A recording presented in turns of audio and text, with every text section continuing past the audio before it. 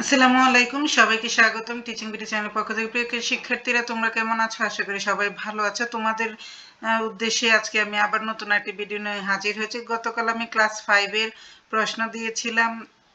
আজকে আমি ক্লাস 4 এর প্রশ্ন নিয়ে হাজির হয়েছি।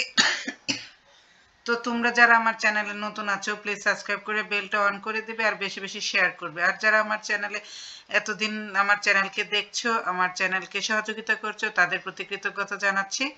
তো বেশি বেশি শেয়ার করবে আর কার কোনটা প্রয়োজন সেটা অবশ্যই কমেন্টে জানিয়ে দিবে। আর আমি সলিউশন করার সময় পাই না, সলিউশন কোনটা তোমাদের কঠিন লাগে সেটা কমেন্টে জানাবে, যে আমার এত নং প্রশ্নটা আমার বুঝতে সমস্যা হচ্ছে, সেটার অ্যান্সারটা আমি দিয়ে দিব। তো চলো আমরা মূল ভিডিওতে ফিরে যাই। Third terminal examination 2024 English model question 1 class 4. Read the given text carefully and answer the question 1, 2, 3 and 4. আমি একটা টেক্সট দিয়েছি, Reshma is a garment worker in Dhaka. এই টেক্সট থেকে তোমরা 1 নং, 2 নং, 3 নং এবং 4 নং প্রশ্নের উত্তর দিবে।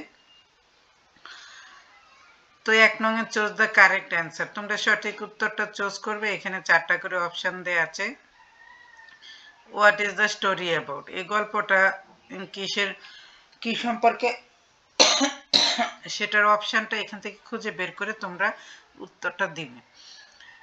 Question number 2, when Reshma family came to Dhaka, এখানে অপশন দেয়া আছে, সেই অপশনটা খুঁজে অ্যান্সারটা লিখবে। ওয়ার ডিড রেশমা লিভ এগো, এখানে অপশন দেয়া আছে, how many members are their family, how far the garment factory from Reshma's house. এখানে সবগুলো অপশন দেয়া আছে, সেই অপশন অনুযায়ী তোমরা সঠিক অ্যান্সারটা লিখবে। আর অবশ্যই এটা টেক্সটটা পড়ে লিখবে, তাহলেই তোমাদের আর প্রবলেম হবে না।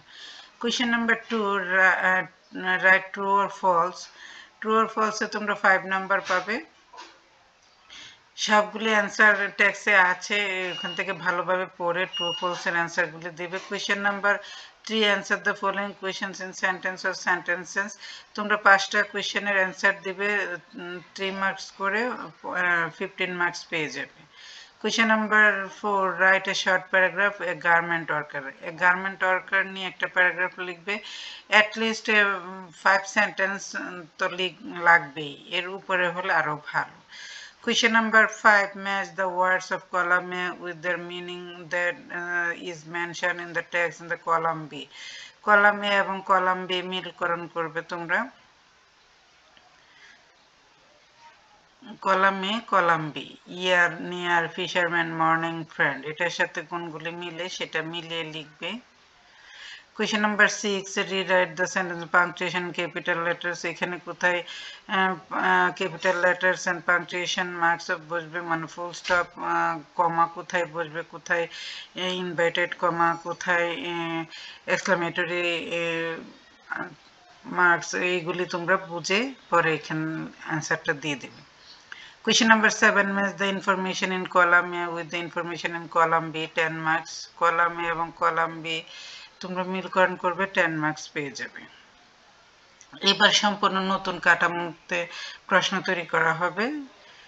এতদিন যেটা ছিল সেটা বাদ দেওয়া হয়েছে, তোমরা অবশ্যই এটা জানো। আর আমার আগের ভিডিওতে সব মান বন্টন এবং প্রশ্ন কাঠামো দেয়া আছে, প্রশ্নের ধরন, সেটা দেখে নিও ভিডিওটা।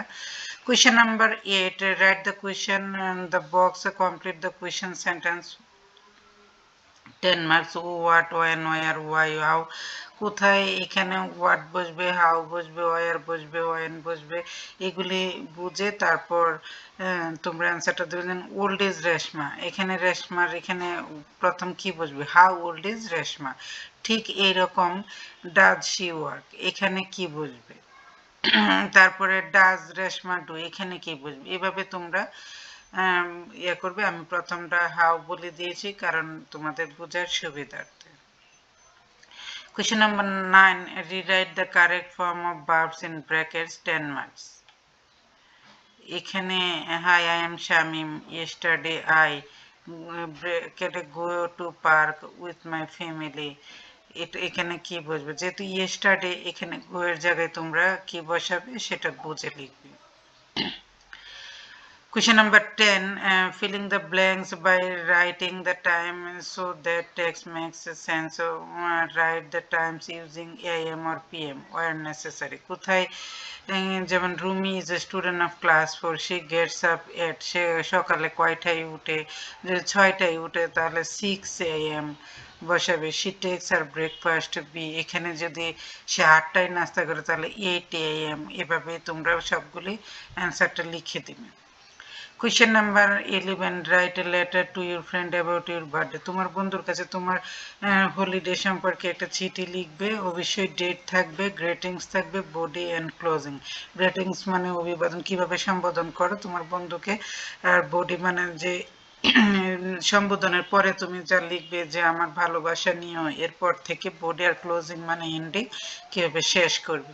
তো এই ছিল আজকে আমার ভিডিও এ পর্যন্তই। সবাই ভালো থাকবে, আশা করি সবার উপকারে আসবে। আর যদি আমার ভিডিও একটু তোমাদের উপকারে আসে তাহলে প্লিজ সাবস্ক্রাইব করে বেলটা অন করে দিবে, আর বেশি বেশি লাইক কমেন্ট শেয়ার অবশ্যই করবে। ধন্যবাদ সবাইকে, ভালো থাকবে, আল্লাহ হাফেজ।